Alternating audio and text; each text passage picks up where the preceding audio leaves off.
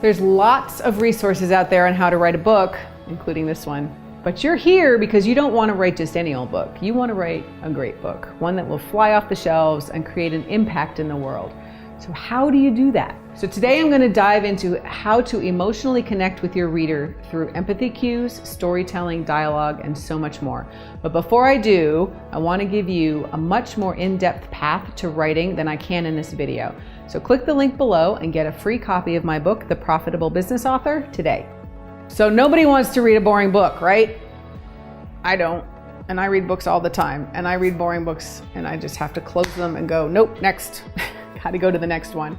Your book and your message deserves to not be boring. And obviously you don't think it's boring, or you wouldn't be in business with this particular industry and you wouldn't have this message to deliver to these readers.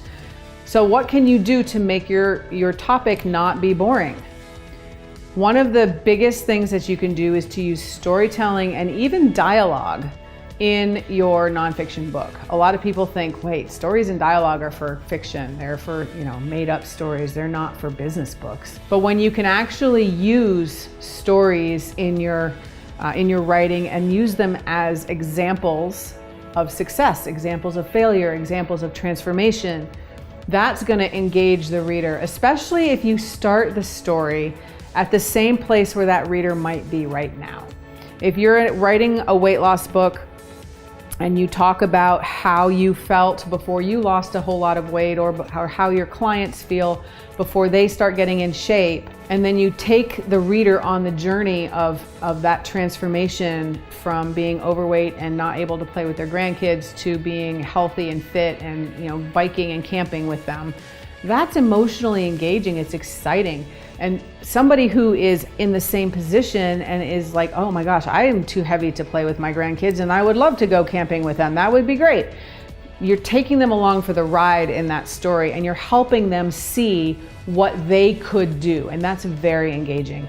If you're using dialogue, that means that people are talking. You can use two kinds of dialogue. You can use physical dialogue where you're actually someone is talking to another person. There's dialogue where you're actually talking to someone, and there's dialogue that's internal. And so that internal dialogue is especially useful in nonfiction because it's what's going on in the person's head.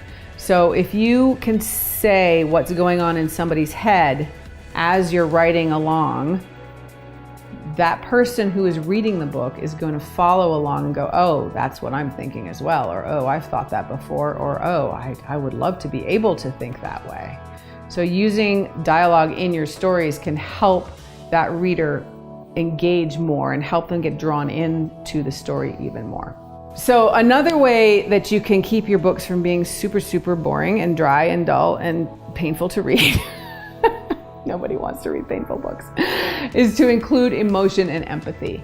So what does that mean? That means that deep down inside, you are evoking an emotion in the reader and you are hopefully controlling what that emotion is. If you're talking about something that's very sad and very, very heart-wrenching and the reader is laughing, then there's something wrong. There's a disconnect, right? You want them to feel the emotion that you're trying to display. The reason you want emotions in a nonfiction book is because, number one, it helps them keep reading, but also it's going to help them connect to you as the writer. It's going to help them connect to you as the business person, and they're going to become emotionally invested in what you have to say. When someone is emotionally invested, that means they're going to continue to read. They're going to continue to follow you. They're going to continue to buy your products, hire you to hire your services, maybe ask you to speak at their next convention because they have an emotional connection to you.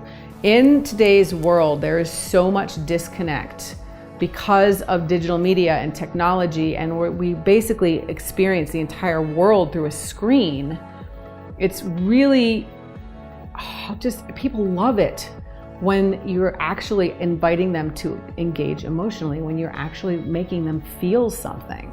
This is why videos have had to get so outrageous and over the top, and car chases and scenes of movies where things are blowing up. They keep having to get bigger and bigger and bigger because the whole point of that entertainment is to make people feel something, make them feel sad, make them feel angry, make them feel happy and laughing. all of those emotions are why we buy things, because we want our emotional state changed. There was a famous copywriter, and I can't remember who it was, who said people will pay anything to have their emotional state changed. And so we want to go from happy to fearful back to relieved. We want to go from sad to happy, or sad to proud, or embarrassed to proud. All of those different emotional shifts, that's what people want, because it makes them feel good inside. Even if it's a negative emotion, it still makes them feel good.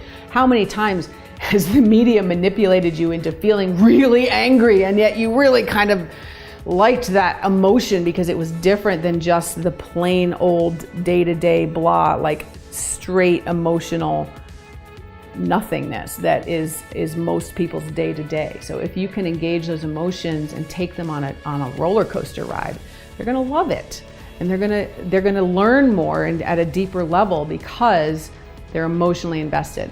And not to mention, how many of you have ever heard that people buy based on emotion, not based on logic, right? So if you're copywriting or you are writing your own copy, you want to infuse all of your copy with emotions, because that's where the buying decisions live.